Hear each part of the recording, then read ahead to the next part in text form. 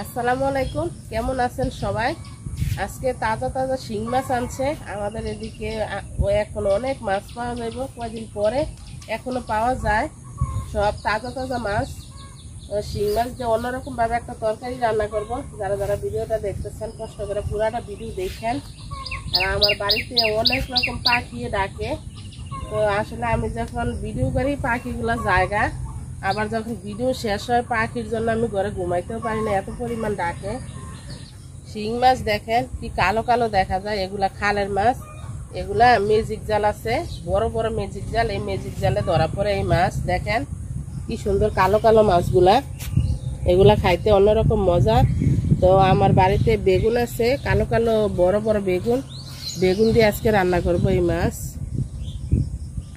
শিং মাছটা আগে লবণ দিয়ে মাইরা নেই, না মারলে কাটা যাব না, আমার অবস্থা পুরা কাহিল করে লইব, আমার দাদার নামে বুলাই লইব। মোরক তারপরে কাটবো মাছের, শুধু এই কাঁটাটা কাটবো, কাটটা মাছ পরিষ্কার করে তারপরে মাছে পিস করবো আমি, নাইলে এই ডিমটা বার হয়ে যাবো। দেখেন কি বড়া ডিম ফেটে।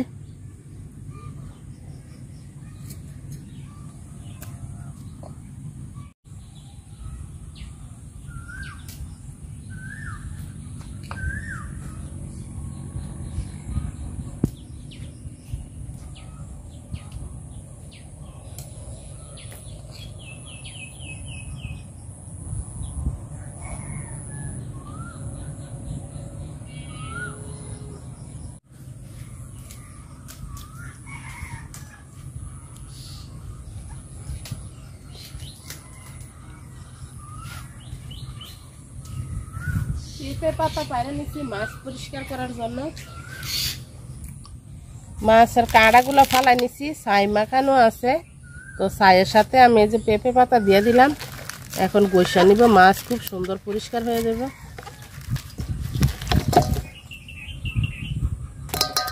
দেখেন এখনো মরে নেই, জীবন কত শক্ত। দুনিয়াতে আইসে মরা লাগছে। পেঁপে পাতা দিয়ে পরিষ্কার করে নিচ্ছি, আমি এরকম পরিষ্কার করে নিছি। তো এইভাবে থাক, মাছটা ডাইকে রেখে আমি যাই বেগুন পেরে নিয়ে তারপরে মাছটা পরিষ্কার করবো। আরো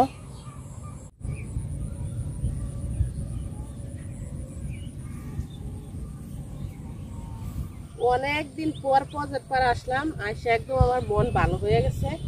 2-3 দিন বৃষ্টি হওয়ার পরে দেখেন মাশাআল্লাহ আমার পুঁই শাকগুলা অনেক সুন্দর হয়েছে, আলহামদুলিল্লাহ।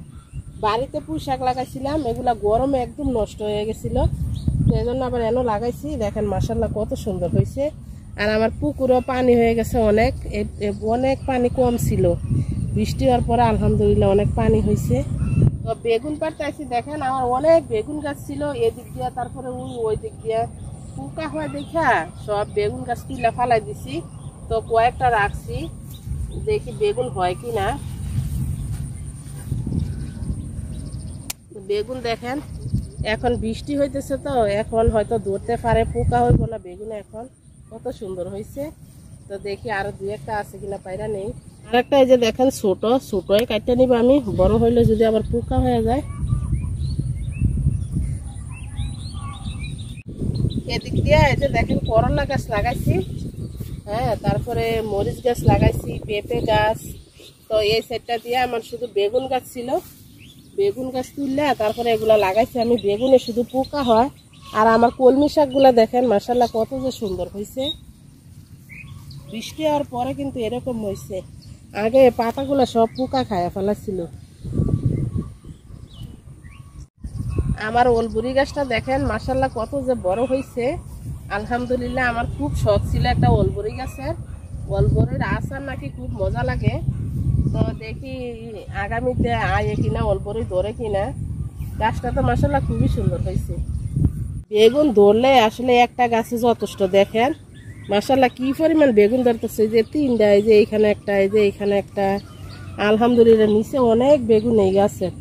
যদি খালি পোকা না খায় তো একটা গাছে যথেষ্ট। আমার বাড়িতে একটা গাছ আছে অনেক বড় হয়েছে বেগুন গাছ। বেগুন পায়রা নিচ্ছি, দেখেন আলহামদুলিল্লাহ কতগুলা পায়রা নিচ্ছি। তো আমার এই সাইড দিয়ে মরিচ গাছগুলা বৃষ্টিতে অনেক ইয়া হয়ে গেছে, মানে পয়রা গেছে হাইলা ডুলা। দেখেন মরিচ আলহামদুলিল্লাহ ভালোই হয়েছে। তো আমি আরো অনেকবার মরিচ তুলছি। এই যে এই গাছটা দেখেন হাইলা পড়ে গেছে এদিকে, তো মরিচ আছে মাশাআল্লাহ। মরিচের বারে পড়ে গেছে গা, মরিচ পারতে হইব। চলেন বাড়িতে যাই, বেগুন পাড়া শেষ, যেগুলা পায়রা নিচ্ছি আমার হয়ে যাবে। আরো বাড়িতে আছে আমার বেগুন। মাছটা দেখেন এরকম ভাবে পরিষ্কার করে নিচ্ছি আমি, আরো গোসলে আরো পরিষ্কার হয়ে যায়। কিন্তু আমার তো সময়ের একটু শর্ট, দেরি হয়ে গেছে এমনিতে রান্না করতে। মাথাটা আমি ফালাই দিব, মাথাটা রাখবো না। আর প্রতিটা মাছের পেটের ভিতরে ডিম দেখেন একটা কাইটটা নিচ্ছি, এই যে কালো কালো ডিম। আর কতগুলা ভেন্ডি পেরে নিয়েছি দেখেন, আমার বাড়িতে হয়েছে ভেন্ডিগুলা। বেগুনটি কাইটটা নিব সুন্দর করে, বেগুন বাজিয়া তারপরে রান্না করব। আলহামদুলিল্লাহ বেগুনটা তো পোকা নাই। বেগুন এত পরিমাণ ওষুধ দিতে দিতে জীবন শেষ, তাই এখন ওষুধ দেওয়া বন্ধ করে দিচ্ছি, যা হয় তাই। কয়েকবার রসুন আর একটু জিরা নিয়ে নিছি, বাইটটা দিব তরকারিতে।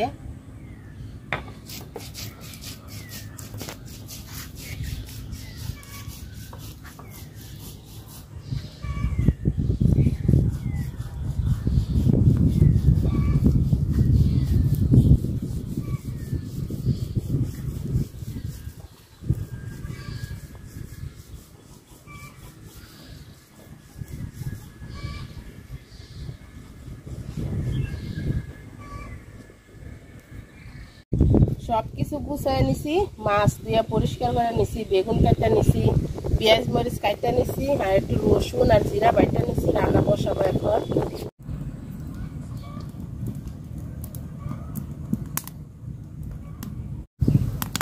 বেগুনে আমি হলুদ আর লবণ মাখায় নিছি, বেগুনটা আগে ভাজা নিব।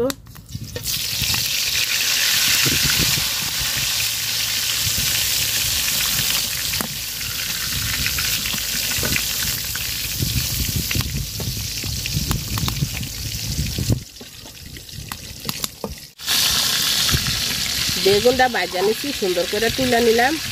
বেগুনে অল্প একটু তেল দিলে তেলটা খাইয়া বেগুনে বয়ে থাকে, এবার আজটা বেশি করে তেল দিচ্ছি। দেখেন আজটা তেল কম খাইছে। এদিও ভাজা নিব সুন্দর করে।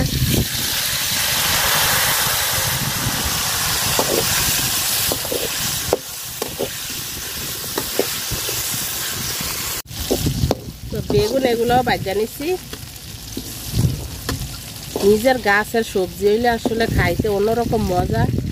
আর ওটাল মানে কুন্ডা খাইয়া কুন্ডা খাবো এরকম মনে হয়। অনেক সবজি, পেঁয়াজ কুচি আর মরিচ কুচি দিয়ে দিলাম।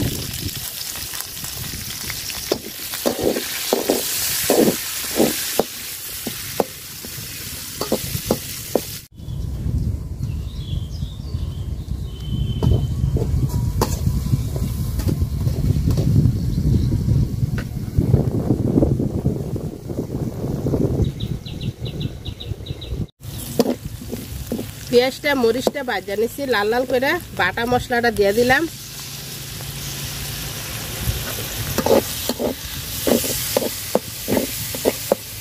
মশলাটা খুব সুন্দর করে ভাজা নিচ্ছি, পানি দিয়ে দিলাম একটু।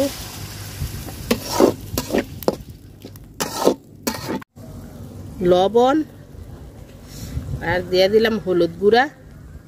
আমার মরিচটা অনেক ঝাল, কাঁচা মরিচ, এজন্য আমি শুকনো মরিচ দেই না।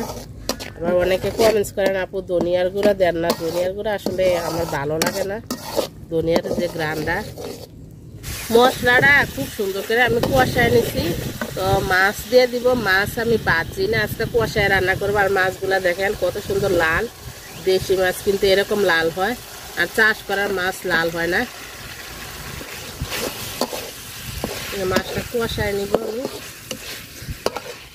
এই মাছ বাজলে পাতিলে লাগিয়া জায়গা, মাংসগুলা উঠতে চায় না, তো এই জন্য আজকে কষায় রান্না করলাম। মাছটা খুব সুন্দর করে কষায় নিছি মশলার সাথে, নিচি দিয়ে লাগিয়ে যেতেছে। তো ঝোলের পানি দিয়ে দিলাম অল্প একটু।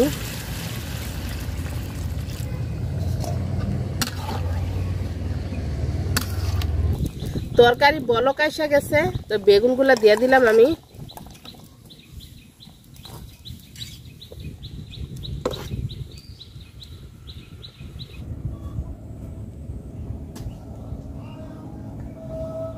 আজকে খুব ঠান্ডা ঠান্ডা ওয়েদার আছে, এরকম দিন তো আসলে ভালো লাগে সবার কাছে, গরমের দিন।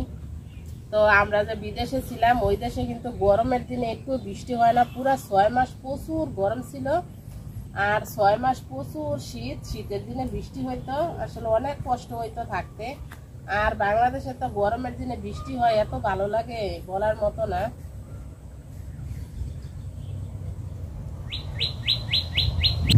তরকারি হয়ে গেছে, নামাই নিব। যারা যারা এতক্ষণ ধরে ভিডিওটা দেখছেন সবাইকে অনেক অনেক অনেক ধন্যবাদ।